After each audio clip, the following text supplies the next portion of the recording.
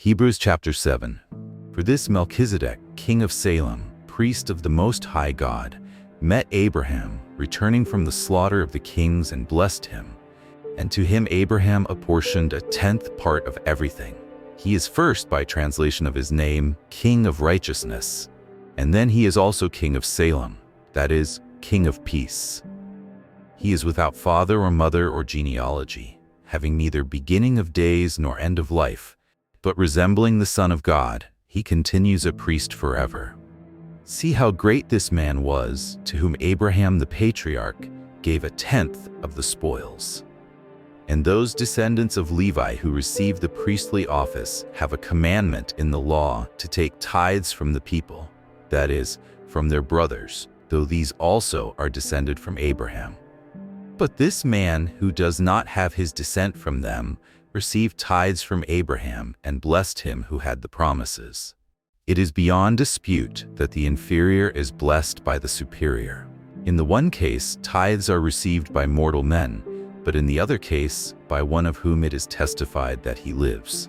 One might even say that Levi himself, who receives tithes, paid tithes through Abraham, for he was still in the loins of his ancestor when Melchizedek met him.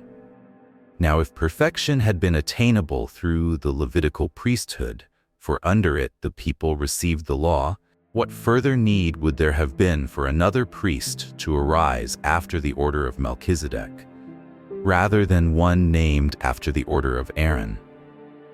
For when there is a change in the priesthood, there is necessarily a change in the law as well.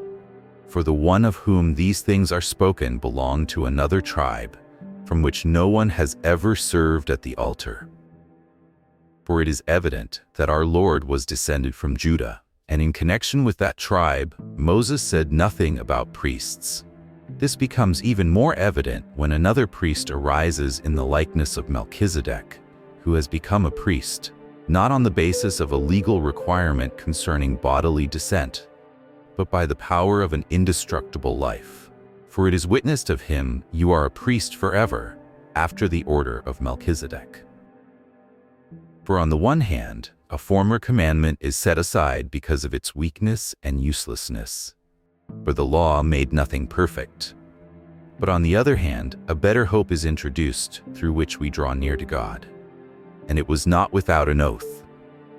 For those who formerly became priests were made such without an oath, but this one was made a priest with an oath by the one who said to him, "The Lord has sworn and will not change his mind, you are a priest forever."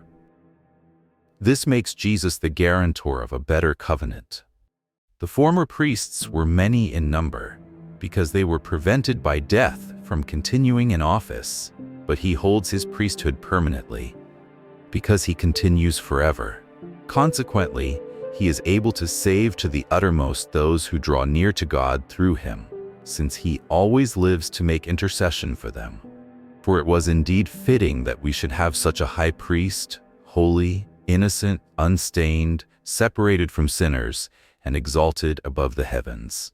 He has no need, like those high priests, to offer sacrifices daily, first for his own sins and then for those of the people, since he did this once for all when he offered up himself.